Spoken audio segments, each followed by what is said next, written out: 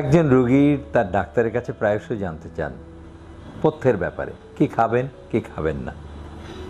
এইটা আমাদের দেশে কথাটা এরকম যে ঔষধ তারপরে পথ্য। ঔষধ তো ডাক্তাররা প্রেসক্রিপশান করে দিল, ডাক্তাররা এটা নিয়ে পড়ে, সে ফিজিওলজি পড়েছে, ফার্মাকোলজি পড়েছে, পরে ক্লিনিক্যাল মেডিসিন পড়েছে, সার্জারি, গাইনি পড়ে সে ঔষধ সম্পর্কে বা চিকিৎসা সম্পর্কে ধারণা নিয়েছে। কিন্তু পথ্য হ্যাঁ, কিছু কিছু অ্যাপ্লাইড পথ্য, এর সাথে সাথে যেসব খাবার দিয়ে আমাদের অসুস্থতা হয় সেগুলিও ডাক্তাররা পড়ে। কিন্তু সাধারণ মানের যে একজন মানুষ যে কতখানি ভাত রুটি, কতখানি তরকারি, এগুলি যে কতখানি তার লবণ এগুলি দরকার, সেগুলি পড়ে হচ্ছে আর একটা বিশেষায়িত সাবজেক্ট আছে, সেটার নাম নিউট্রিশন বা পুষ্টিবিদ বা পুষ্টিতত্ত্ব। এই পুষ্টিতত্ত্ব নিয়ে পড়ানো হয় ঢাকা ইউনিভার্সিটিতে। তারা কিন্তু ডাক্তার নন, কিন্তু ডাক্তারের পাশাপাশি আর একটা সহযোগী যোদ্ধা, আপনাদেরকে সুস্থ রাখার জন্যে সহযোগিতা তারাও করেন। তো কাজে এইটা আমাদের দেশে যেন অনেকটা অবহেলা বা ঠিক যেমন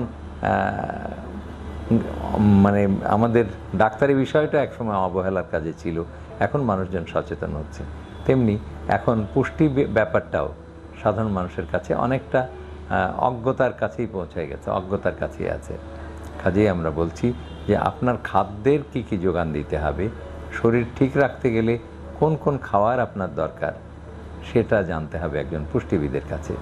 এবং পুষ্টিবিদ কিন্তু প্রায় প্রতিটি হাসপাতালে পুষ্টিবিদের পোস্ট বা পজিশান আছে, যদিও তাদের কাছে অনেকেই ডাক্তারের কাছ থেকে উপদেশ নিতে চায়, তাদের কাছে যায় না।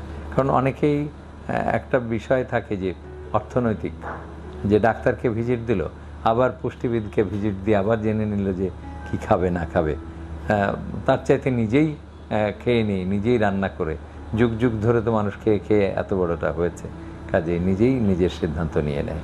কিন্তু অনেক ক্রিটিক্যাল কন্ডিশনে, অনেক সংকটময় পরিস্থিতিতে ডাক্তারও নির্ভর করে একজন পুষ্টিবিদের উপরে।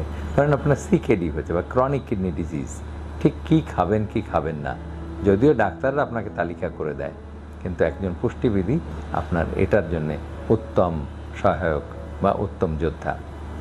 ঠিক যেমন আপনার জমিতে যুগ যুগ ধরে একজন কৃষক চাষ করে যাচ্ছে, যে এই জমিতে ধান চাষ করছি, পাট চাষ করছি, কিন্তু বর্তমান যুগে সহকারী যেসব কৃষি অফিসাররা আছে তারা এই ব্যাপারটা আরও বেশি আধুনিক করেছে।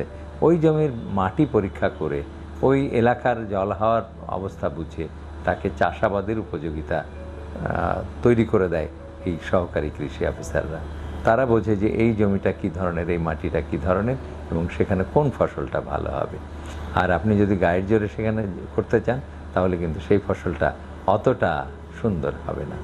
তেমনি একজন রোগীর কী কী খাওয়া উচিত বা কী কী খাওয়া উচিত না, সেটা একজন পুষ্টিবিদ যতটা ভালো বুঝবে, একজন ডাক্তার ততটা ভালো বুঝবে না।